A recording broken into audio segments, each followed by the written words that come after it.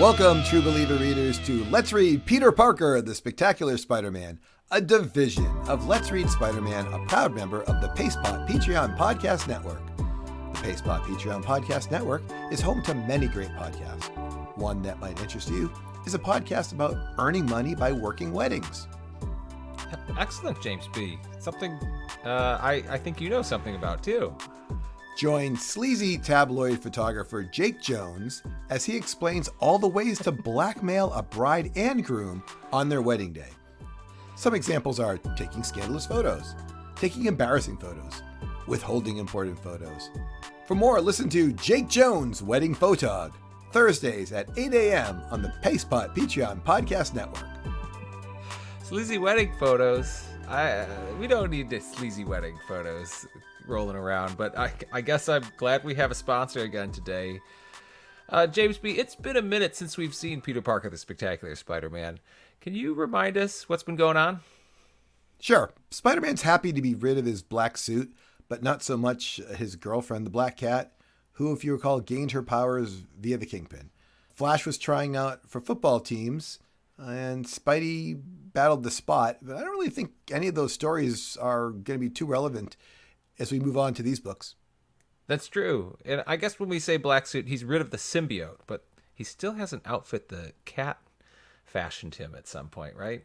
Yes, I find it unusual that they really want to have him running around in the black suit still. Must be good advertising or something like that. Well, when he puts it on in all the books, they still don't recognize him. So he's not advertising that good.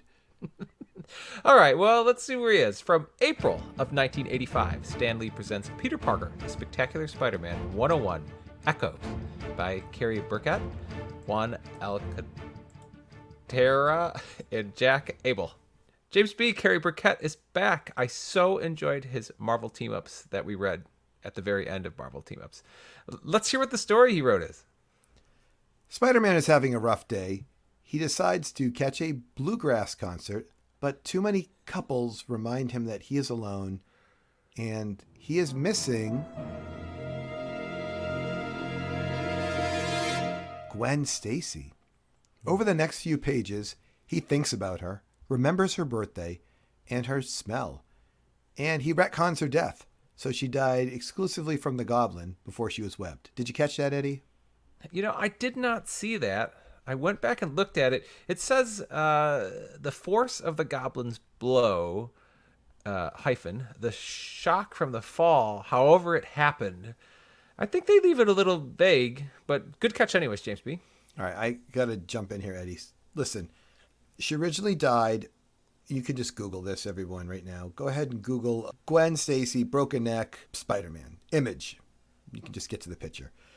If you look at the picture here, she's got a swick when the web hits her boots, but right next to her face, it's a snap, as her neck is snapping. Oh, poor Gwen. So the whole point was we saw that. We were all like, oh, Spider-Man broke her neck. And then they're like, well, maybe she died from the force of the goblin's blow or the shock of the fall. Okay. Maybe she was dead before then. Maybe. He's had a lot of trauma. He doesn't need to remember this quite. But they added. No, but I'm saying they added this. They didn't need to. See. He's sitting there talking to himself, and he's like, "Hey, I remember how she died. I think it was from the goblin's blow at the show. That's not how she died before. Like they're adding this as to let you know maybe he didn't kill her. But all right. Right. Oh, I see. Okay. All right.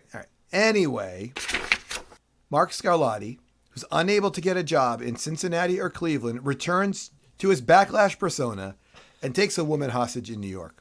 Eddie, we saw him last in Marvel Team Up 145, a book that I enjoyed much more than you. It's one of my top 5 books. Yeah, I don't think his mom's very proud of him. If you remember, he ended that book with, Mama's going to be so proud of me. I'm also not proud of Burkett for deciding to include him in this story either. Burkett wrote 144 and 146. This is 145. He didn't even write Backlash. He must have regretted missing out. So he's like, I'm going to squeeze this guy in here. Yeah. Let me try to move on and wrap this guy up. Joe Robbie sends Peter out to the hostage scene to make some much-needed freelance money, and Spider-Man obviously gets involved. Spider-Man has more flashbacks of not being able to save Gwen. The husband of the hostage tries to save her, but Spider-Man stops him from getting hurt. Backlash has some new tricks. His whip is now nunchucks. He's got an exploding bomb. And Spider-Man takes a while to finally save the girl. The book ends with the hostage praising Spider-Man, and then Peter's visiting Gwen's grave. Oh, I feel like we can officially say Spider-Man's true love is Gwen. She's always the first person to pop up whenever he's having any kind of relationship problems. She's drawn or mentioned at least 10 times in this book, too. Okay, in April of 1985, which is where I am right now, I will agree with you. But let's see if that changes as we move on through the Spider-Man books. What's our next book, Eddie? From May of 1985, Stan Lee presents Peter Parker, The Spectacular Spider-Man 102, A Life for a Life, by Cary Burkett, Larry Lieber, and Jim Mooney. You know, Larry Lieber is Stan Lee's brother. You know that, right? Oh, I did not. Stanley Lieber. So probably mentioned that like 180 podcasts ago, but I wanted to get you in that here. How could I forget? Eddie, D-level villain, Killer Shrike, flies into a bank, robs it, and then he complains he needs like a bigger job. He changes into his civilian clothes and walks past Donnie Gardner, who appears to have been rejected by a female friend. The scene changes to Peter saying goodbye to Harry, Liz, and the unnamed baby, and Peter boarding a bus where he tries to impress Donnie's pretty twin sister, Donna Gardner. Eddie, at this point, where is this story going? James B., I'm much more worried that how many books have we seen Harry and Liz's baby, and the baby still has no name? I think we need a segment. And now it's time for What Did Harry and Liz Name Their Baby?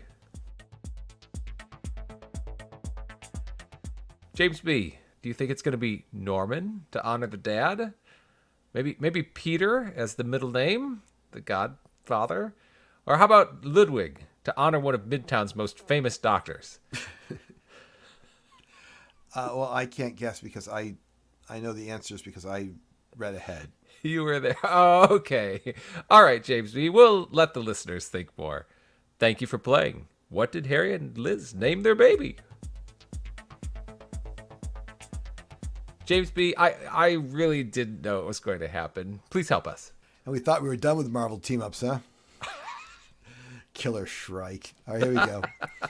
Well, D-level. Peter says goodbye to Donna, and she promptly gets hit by a car. Ooh. Harsh. Why are you talking over the crash? Sorry. I feel bad for her. Peter, as Spider-Man, tracks down the drunk driver and returns to the hospital where he learns Donna needs a kidney transplant. As Peter searches for twin brother Donnie, we see a nervous Killer Shrike in his room. And across the hall from him, a depressed Donnie struggles with job loss, money troubles, and refuses to answer his phone. I still don't know really what's happening in this story. The drunk driver who killed Debbie wasn't anyone important. It was just some guy. And now it seems to be turning into like a PSA about depression. I don't know. James B. Okay, so didn't kill her. Didn't kill her. Excuse me. Sorry. Her name's also not Debbie. Oh, so. No, I'm just... Donna. Anyway. Spider-Man. No wonder I don't know what's going to happen. Spider-Man heads to the building. You know, listeners, let me interrupt here. Here's the real problem. Eddie's really busy getting ready for his presentation that he's going to be doing at Bowling Green University. Now, of course, our show release is slightly off. So right now, you know, you're going to hear this 2 weeks after he does his show. So I have to keep doing these summaries, and Eddie's scrambling through the book as fast as possible to add some comments. Let's just be honest here. I read them diligently. I'm just a little sleepy. That's all, James B. Spider-Man heads to the building to find Donna, and Killer Shrike mistakenly thinks Spider-Man's coming after him. After dealing with Shrike, Spider-Man faces a suicidal Donnie, and he shares his own troubles with him. He convinces him to give up a kidney and not his own life, so his twin sister Donna can live. Ending our second strange story of depressing relationships and D-level villains. Eddie, how is Cary Burkett doing so far? This was like a PSA about suicide or drunk driving, right? I have to always wonder if Burkett or like Shooter decided that this is what the book's going to be about. because I feel like Jim Shooter, like every once in a while, or whoever is editor-in-chief, which is usually Jim Shooter, directs the writer to write something about whatever's going on in the world, be it prison reform or like Harry's drug use a long time ago. I don't know. I was happy, though, we learned something interesting about Spider-Man. His spider sense is going off slightly before Shrike flies through his apartment building wall. Remember, it's totally accidental that Spider-Man happens to be there. So that means his spider sense is like constantly going off when he's doing whatever. And I think it gives credence to the idea that Spider-Man can't always identify like exactly where danger is because it's got to be constantly pinging him.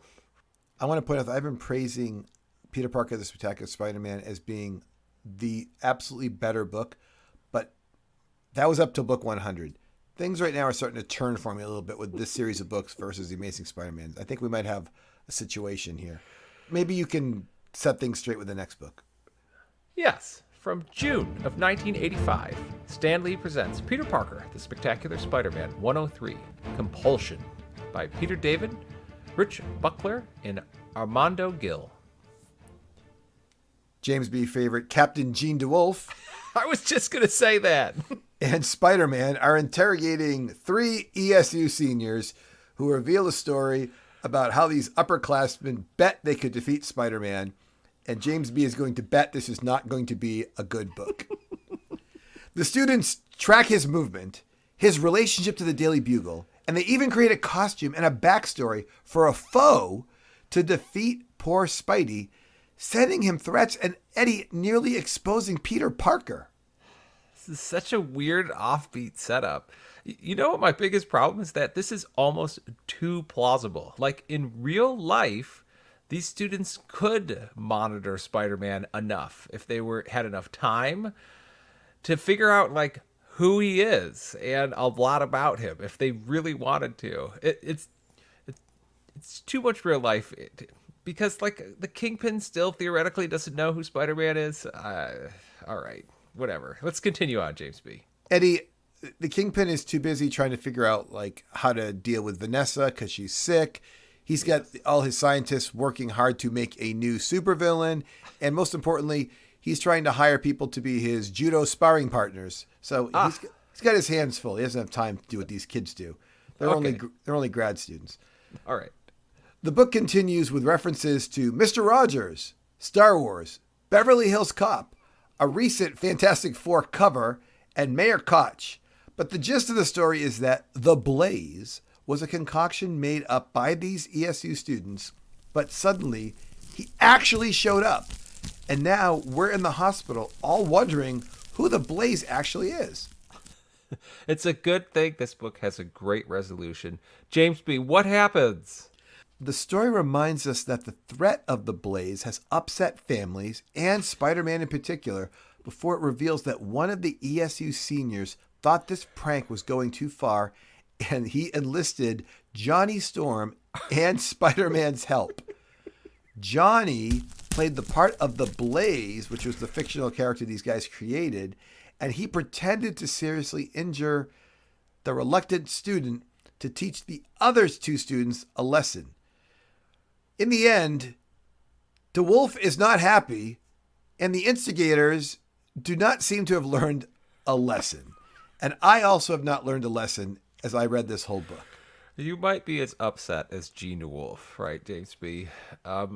Is this another story with the moral? Rich kids are jerks? Is that what we could say? I don't know. People with too much time on their hands are irritating. I got to talk to one of these people in the, that writes these books in person one day and say, is it a matter of like someone writes a cool story and like a Saturday Night Live skit, it sits around and someone's like, okay, go ahead and squeeze it in here now? No, it's time. I mean, they're kind of good ideas. I just don't want them all in a row. Right. That's the problem. We got like two of these right in a row. I need a real Spider-Man villain, a real bad guy to come out here and just take it to Spider-Man and deal with the consequences of being a real supervillain. Eddie, let's wrap this up. From July of 1985, Stan Lee presents Peter Parker, the Spectacular Spider-Man 104, The Last Race, by Mantlo, Giarrano, and Redding.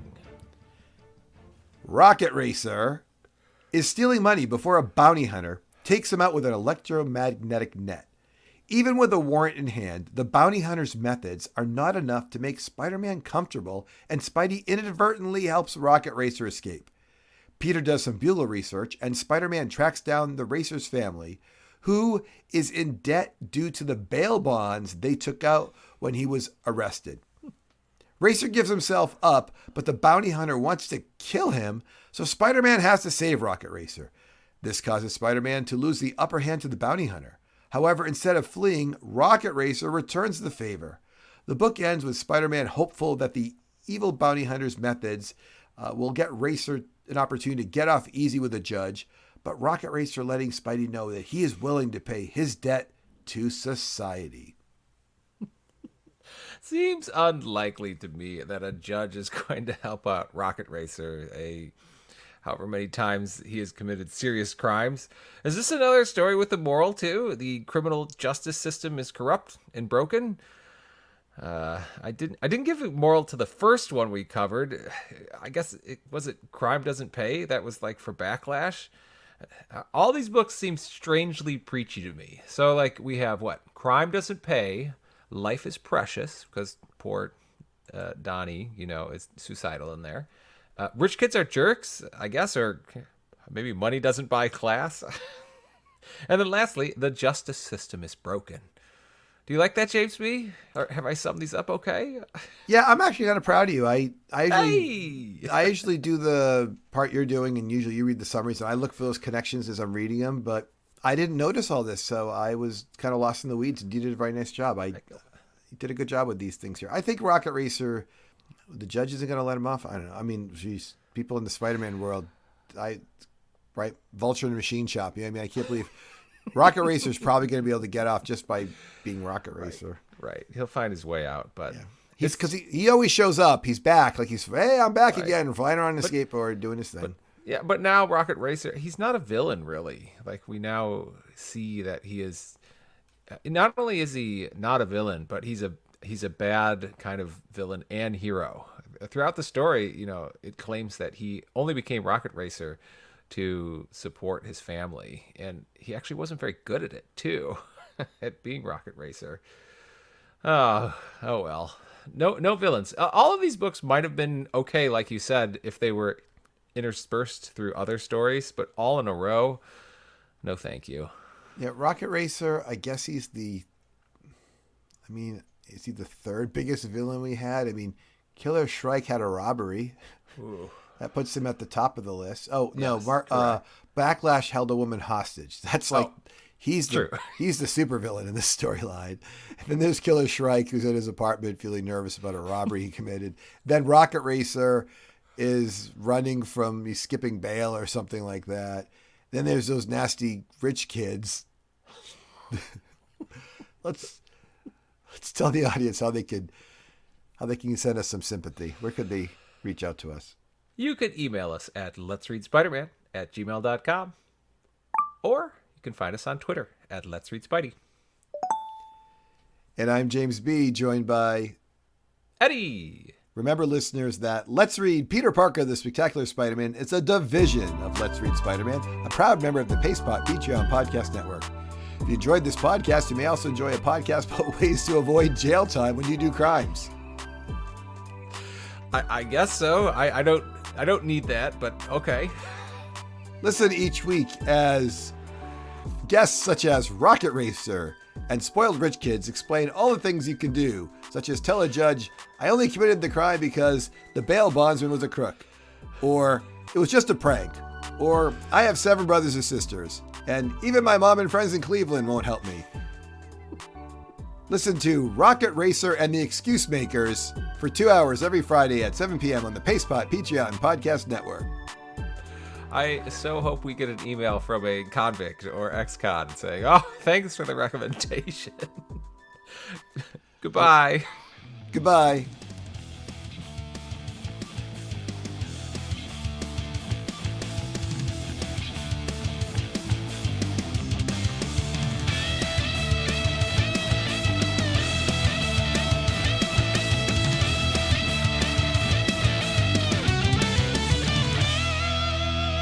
Eddie, I want to talk about Discord. Let's do it. This year I have my first esports team. Very 21st century, James B. I know, huh? So the deal is I have Discord on my phone now, and I can get a Discord message from you on Discord or from someone in my esports team, communicating with each other or saying, hey, let's get ready to do this or that. I got to tell you, all the messages are from my esports team.